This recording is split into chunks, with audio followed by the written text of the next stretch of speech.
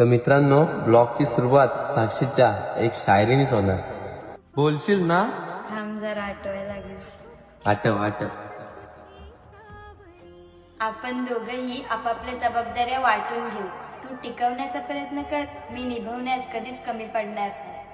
तुझ्या जोडीनं गोडीनं हरपुनी देह. तर कशी वाटली माझी शायरी? तेवढ्यात रितेश आणि आमची वहिनी आली. त्यावर कॅमेरा फिरवला तर त्यांनी वाईस शायनिंग मारली. मग डायरेक्ट निघालो नागोठण्यात जायला. नागोठण्यात पोचलो आणि मिनी बी वाईस शायनिंग मारली आणि पोचलो डायरेक्ट थिएटर जवळ. आणि बघताव तर काय, पिक्चर बघायला आम्हाला घेतलीच नाही.